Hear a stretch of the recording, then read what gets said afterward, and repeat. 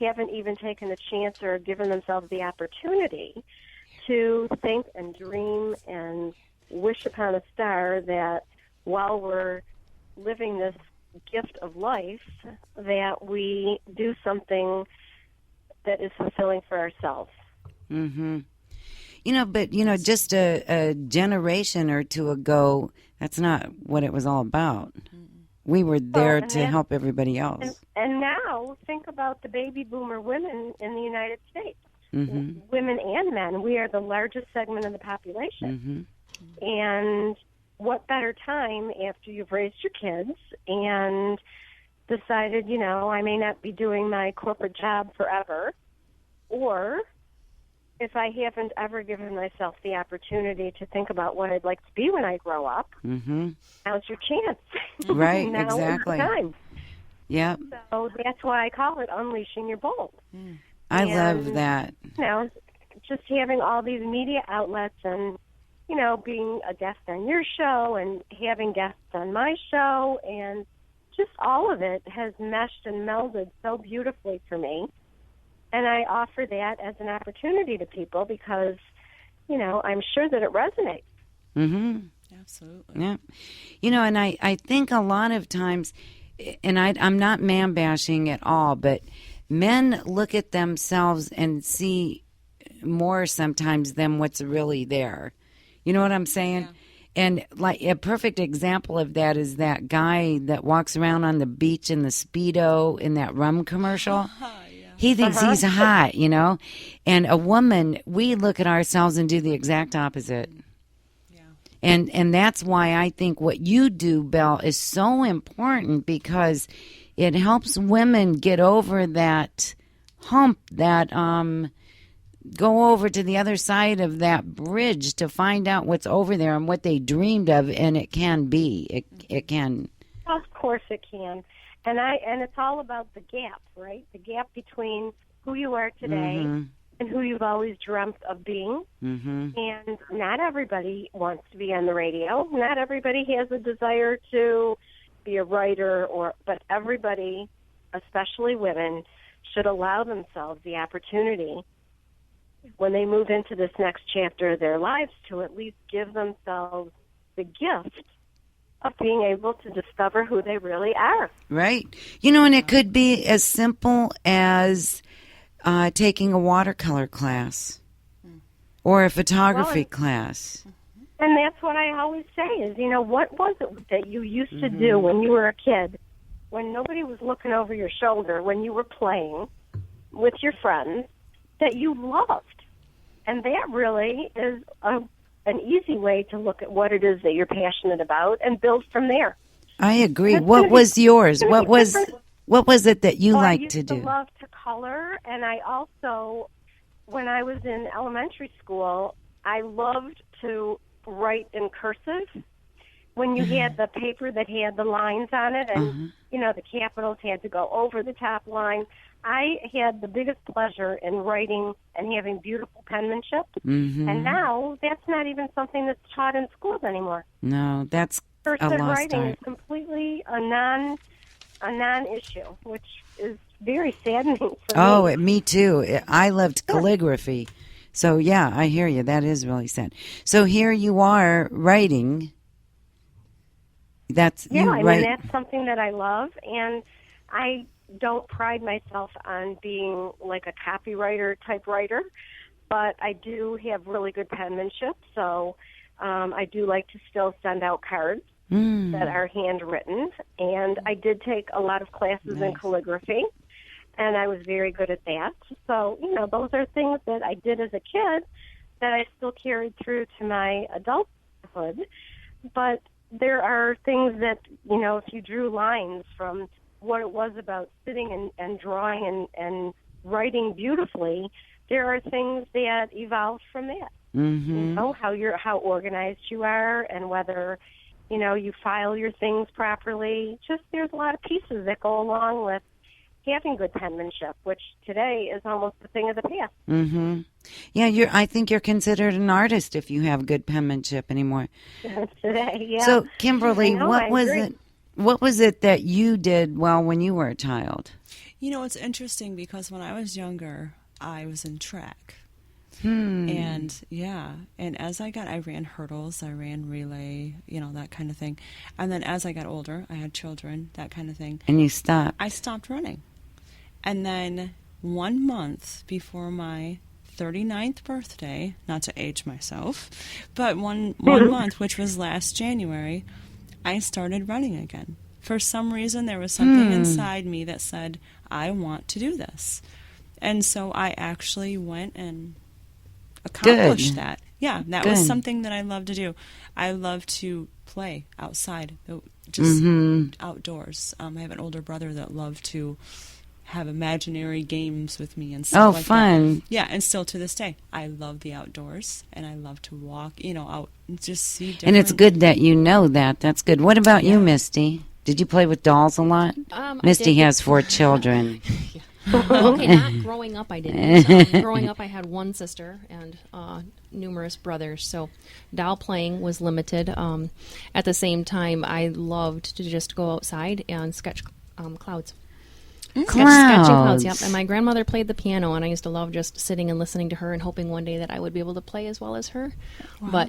My mom paid for lessons for me. It was my first graduation gift. She paid for piano lessons, but I just didn't stick with it for very long.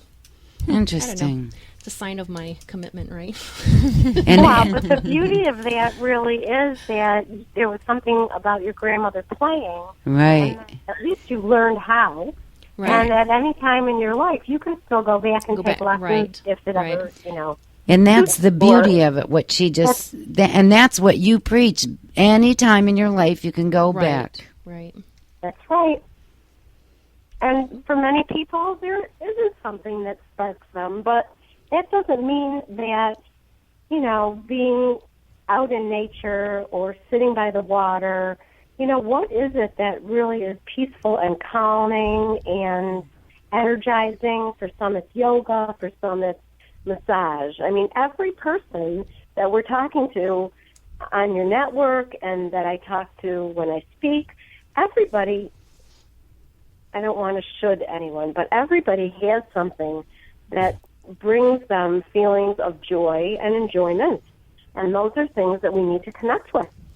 It's very, very important. It is so important.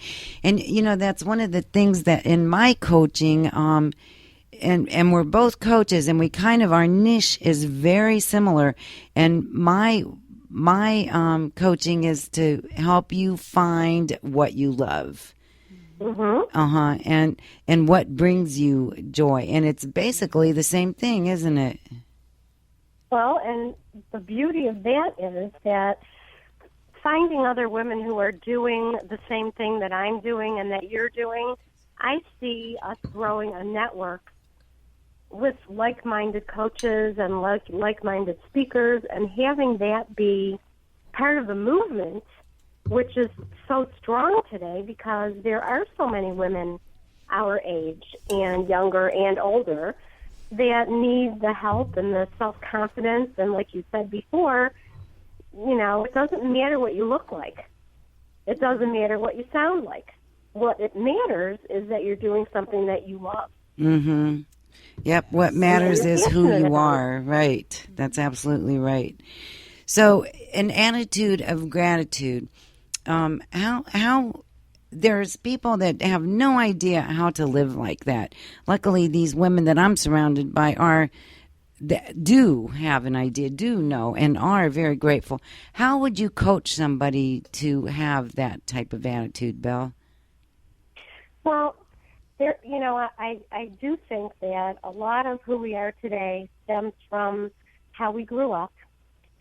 I'm not a therapist and I'm not a psychiatrist or a psychologist, but I have found that people have a lot of things in their past that many times do not allow them to grow into what they want to be when they do grow up. And I like to walk with people through some of that so that you can, forgive, forget, put things where they belong, and have the attitude that you can move forward and be who you really want to be. And so that's where I think people find the gratitude. is in being able to understand that what happened, whatever that was in your past, if there was something dark or there was something that wasn't, the way you wanted it to be, that parents or however you grew up, they did the best they could. Mm-hmm. They didn't try to do something, in most cases, harmful. And that as adults, we have the opportunity and the option to put it away, put it in its place and move forward and find an attitude of gratitude and make sure that the last and next chapter of your life is much better than the previous one. Right. Because it is all up to you. You can close that door, walk into a new room, and make that room how you want it to be. Exactly. And I also have a tip that I learned in this journey, which is, deciding how long you want to be mad, angry, upset about something, and putting a time limit on it. Do you want it to be a year? Oh, that's good. Do you want it to be a month? Do you want it to be 5 days? Do you want it to be the rest of today? And then when that time comes, decide, am I ready to get over it and move forward or not? In which case you can give yourself another short amount of time. But to harbor and carry things with you day in and day out, it doesn't allow you to ever have an attitude of gratitude. How could it? Yeah. Absolutely. Yep, you're absolutely right. And yet you can choose to change. And yeah. And that's why having a coach, for those who are listening, I have a coach, and I find it to be so valuable because as much as I think I know, as much as I know, as happy as I am with where I am right now, in order for me to grow and develop and move myself to the next level, I need a sounding board too. I need somebody to be accountable to. Mm-hmm. And so I really, I think that being a coach, having a coach, and encouraging others to have coaches is part of your growth and development. Absolutely. I agree with you. And, one of the things when I was trying to name this show, because I wanted it to be about gratitude, I wanted it to be about change and being grateful, because you can't move forward unless you're grateful for what you have right now. Do you agree with that? Oh, there's no question. And, when you look at, just the fact that you wake up in the morning, that's a reason to be grateful. Right, that's true. And the older you get, the more grateful that is. Almost 94 years old. And you know what? She has a lot to be grateful for. Mm-hmm. Whoever would have thought? Right. That, even 90 is a ripe old age, but she's going to live to be probably 97 or 98.